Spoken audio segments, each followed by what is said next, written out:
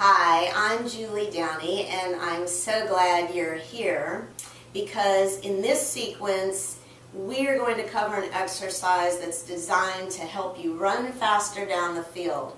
Now, if you're a runner and you've been having problems with tightness at the back of your legs with your hamstrings, this is especially for you. If you do this exercise every day, 30 days, that's always my commitment, you're going to see long-term results. This exercise is part of a whole series of exercises that I do with my runners. This is just one of many. So I want you to take a look at it. I want you to work with it every day for 30 days, and I want to find out what your results are. The other thing is, I want you to check with your doctor, make sure it's safe to practice. This is a non-weight bearing exercise, so typically it's all right, but please check first. So we're ready. You're going to lie on your back to do the exercise, and I'm just going to take you through it. I want your feet about 6 inches apart, and you're going to rotate the thighs in. So that means the big toes are touching each other. That's an internal rotation. You're going to keep that and just slowly start to lift your right leg. Now, as you lift, I want you to use the front of your thigh to lift your leg, which is the opposite of what most people do. They just kick their leg up and then it's really going to pull on your hamstring. So slow and easy, like you're a puppet and somebody's lifting your leg using the front of your thigh. The other part of this is my foot is relaxed, so check your own foot.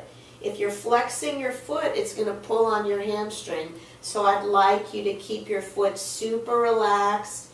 The movement is slow and easy, right? You're breathing in through the nose to the back of the throat, all the way down to your lower abdomen.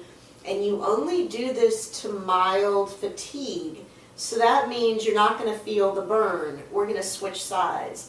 Mild fatigue is mild fatigue. All right, I'm pressing down with my opposite leg, holding the mat, supporting my spine with the right leg, and I'm lifting the left leg. Check your foot.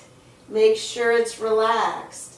Bend this knee if you need to so it doesn't pull on the back of your leg. I really want the front of your thigh doing the work. The abdomen draws in to support your spine.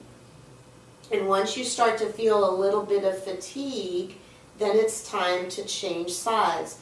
The other thing is I let my leg come down and I relax and I take a breath before I do the next variation. So next variation is neutral position with the feet, and I just repeat the movement, slow and easy, right? You're pressing down with your opposite leg, the front of your thigh is doing the heavy lifting. That causes a reflex release in your hamstring.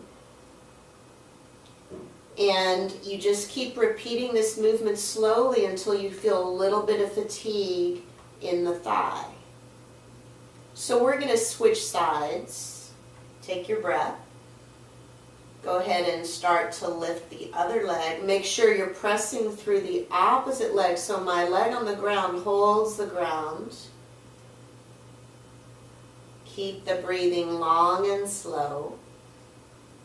And depending on your fatigue level, you may only need to lift this leg 3 times or you may need to go 10 times. It really varies from individual to individual. So we're going to let this leg come down. I want you to take a breath. Turn your feet out. That's external rotation. That's like duck feet because we want to get all the way around the hip. And I'm going to repeat the movement. Line up your leg with your spine. So as you're lifting, look at your leg. Make sure it lines up to your body. And you're holding your other leg against the ground to support your back. One little caution here that I didn't mention previously. If this bothers your back in any way, then I don't want you to do the exercise. So I've got another one for you if this hurts your back. Take your breath. And then you're going to repeat on the opposite leg. Ideally, I'd like you to be able to get to a 90-degree angle with your leg, but if that's not happening today, that's perfectly okay. You always start wherever you are and then we move forward. And you know, it can take several practices before things start to change. Breathing is long and slow. And we've gotten to about 3 on this leg. So in the interest of not having this video go to 30 minutes, we're going to move on. The next variation is a little different.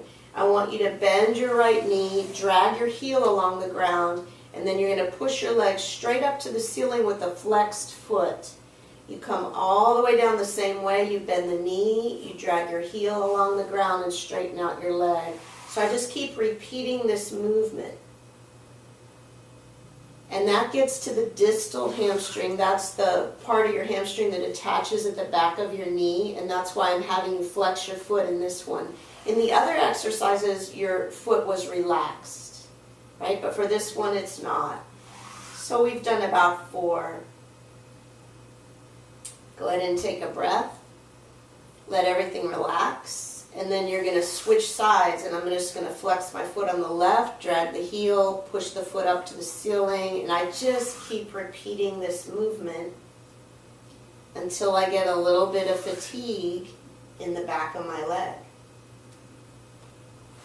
Keep the breathing long and slow. And I'm going to have you come out of it. Just a quick review. In that exercise designed to help you run faster down the field because now the back of your legs won't be so tight, what we did was we activated the front of your thigh, your quadricep muscle, to get a release in the hamstring. So if you'll practice this every day, 30 days is my usual suggestion because 30 days you form a habit, you're going to see long-term results. Please leave me your questions and comments on the blog. I'm always interested in hearing your feedback. And until the next time, this is Julie Downey. I really look forward to talking with you very soon.